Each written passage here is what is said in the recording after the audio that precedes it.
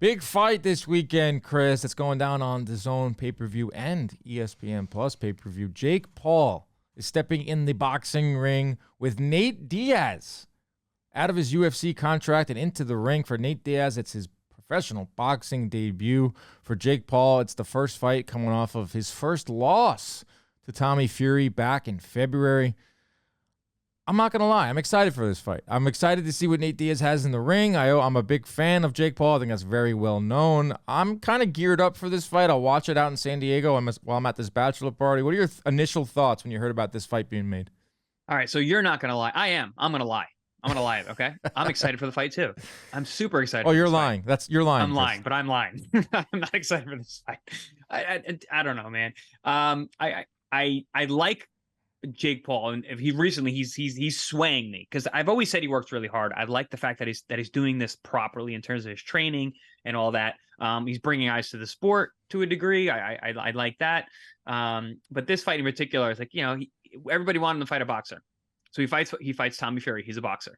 He loses, and now he goes back to semi-retired MMA guy. So it's like just that context makes me not very excited for the fight. I'm glad that Diaz is making some money. It's a good opportunity. I'm starting to turn the corner on the Jake Paul train. I'm starting to be like, you know what? Keep this guy going. Keep these shows going. Yeah. You can tell he really loves the sport, and I appreciate that. And someone who has that kind of power and money and behind him, who gets involved in the sport and wants to do the best for it, because it certainly seems like he is. I mean, I'm all for that. Anything that helps boxing, I'm on that side. I think he's won over a lot of people who are on the fence, boxing fans. Yeah. I don't know if those boxing fans go and buy his pay-per-views, but you can't even deny it. What he's done for Amanda Serrano in women's boxing. I work MVP prospect shows, which is real boxing, real prospects. He's investing in that level. So he's doing a lot of good. Now, who he chooses to fight, I mean, that's kind of being a little exposed now over time because we're showing for a while now, he's on these KO streaks. He was calling out the likes of Canelo. There was talks about him entering the WBC top 15 or whatever at cruiserweight if he would have beat Fury. I feel like those ships have sailed, and now he's kind of settling in to what is not exactly YouTube crossover boxing because he's not doing that stuff. Like we've seen like tag team wrestling, girls taking their tops off. Like he actually had a comment about that he's above that. But he's also not doing championship fighting. What I've said all along about Jake Paul, if you can just understand what he is and accept what he is doing, which is entertainment, a form to make money in a country where you are set up to make money, he's doing that. So he comes off a loss to Tommy Fury, and what does he do? He finds the second biggest event or the next biggest event that he could possibly make where he can make the most money for him and his team, and that is a fight with Nate Diaz. I kind of like that aspect of it. I kind of wish boxing did that more, where you don't go to a tune-up fight, although we're on a really good run. But in the past, we've seen fighters take an L, they go to a tune-up fight, and then they work themselves back up. Jake Paul knows that he's on maybe borrowed time, like who knows how long he'll fight, but at least he's going right into a big event that people are going to talk about, and for him and this crossover boxing, whatever you want to call it, for them and that genre of boxing, it's undoubtedly a huge event. I mean, yeah, big fight, sure. Big event, sure. But this is a tune-up fight. He's going down in class. Yes, the stature of Diaz is very high compared to maybe even like a Tommy Fury, but like in terms of skill set and ability to win, I don't see it. I know Diaz, I know he's been boxing many years. He trained with Andre Ward, and one, that was a long time ago. Two, I've seen some of these sparring videos that came out. It's wild, the stuff that he does in the ring. See the one with the blunt in his mouth? He can overwhelm Jake Paul with the awkwardness and the punching on the inside, but I don't know. I think a style like Jake Paul, which he's actually developed a boxing style now. Like I can actually say that he has a style that I can technically look at. He's got a good, stiff, hard jab. He's definitely got power in the right hand. He's very fundamental, which goes back to what I was saying earlier about he's doing the work with real coaches. A fundamental guy beats a guy like Jake Paul every day. I'm sorry, like Nate Diaz every day. Yeah. So yeah, that the style matchup if I was gonna like actually think about technically what this fight could be, which I would never take any time to watch tape on. But it's just not a good matchup for Diaz. So I do believe this is a step down or a tune-up fight after a loss. What are the odds? I gotta check out the odds on this fight. I do know that Jake Paul has changed up his camp. He's brought Shane Mosley back into the fold. BJ Flores is out. He does take the sport very seriously. Yes. These are things you just have to say now before every Jake Paul fight. We have to have this whole preamble. Like, what does he mean to boxing? He means a lot to it, I think. And where is he going to go? Like, he's just riding it out now, and he's having fun. He seems like he has a Netflix doc out now where he said that boxing kind of gave him purpose in life. I know that I've heard that from so many fighters. I know that you have probably heard it more than anyone. Like, it is a sport that has saved more lives than it's taken. But Jake Paul should be a heavy favorite in this fight. And going back to the whole how he thinks he's above YouTube boxing. He has come out and told boxing scene, I'm not in the YouTube boxing world. That whole crazy tag team stuff, I'm not that world. I respect the sport of boxing too much. A lot of the stuff that they are doing, these girls flashing, taking their tops off, is a bit too much. I respect that. I respect that too. I respect that a lot. And that's what I've been saying from the beginning. This guy takes this seriously. And when you brought up the stuff about, I want to fight Canelo, I want to fight this, I think a lot of that comes from the sensationalism of being a YouTube star, being the guy who wants to get the clicks, get the eyes, make the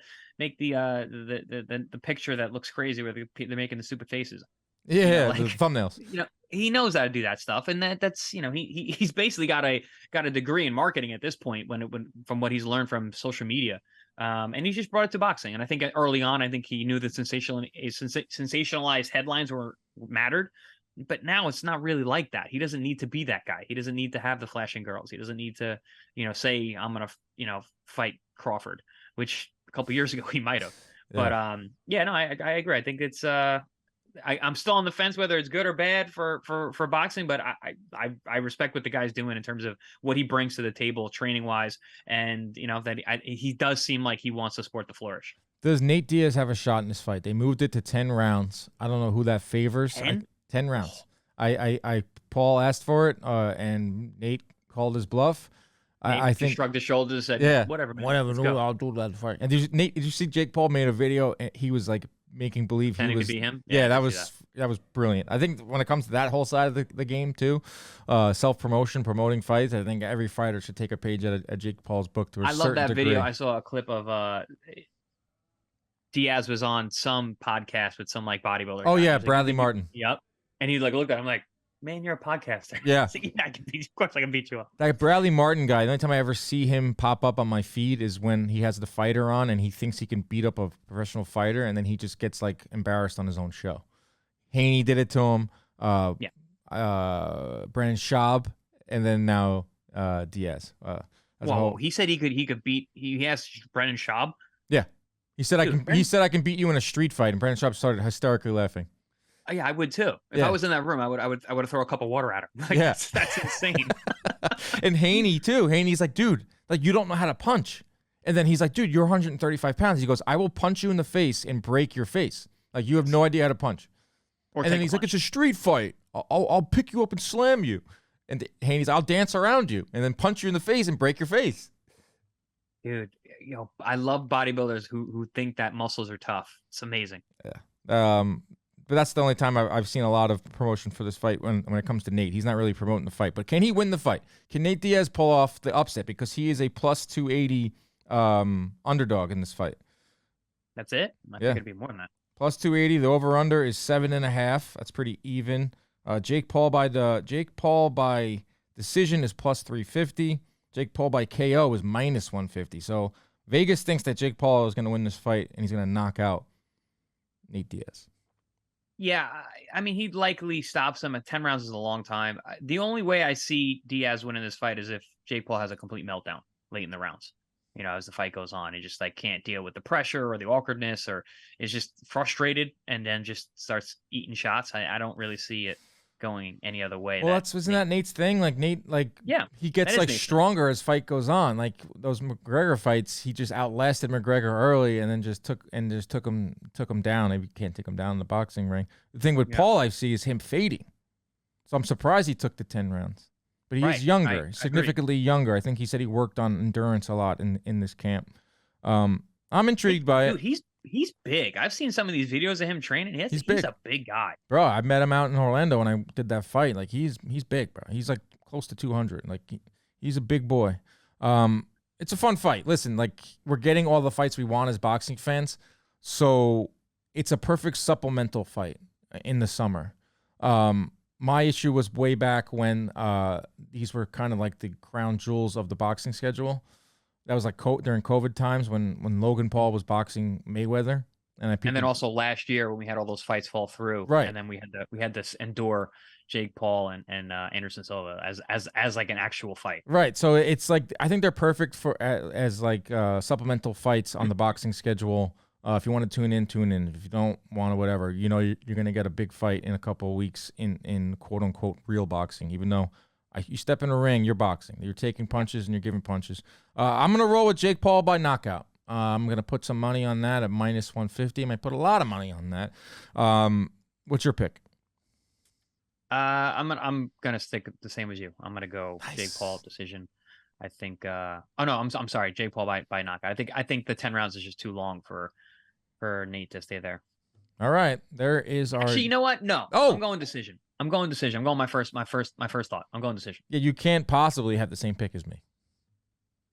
I mean, yeah, why not? And yeah, no. If I gotta go head to head with you any chance I get. I picked Crawford. I know that's why I went. We're head to head. Got to do it. All right, Jake Paul by knockout is my pick. Jake Paul by decision is Chris's pick. Hope you enjoyed this preview of Jake Paul versus Nate Diaz.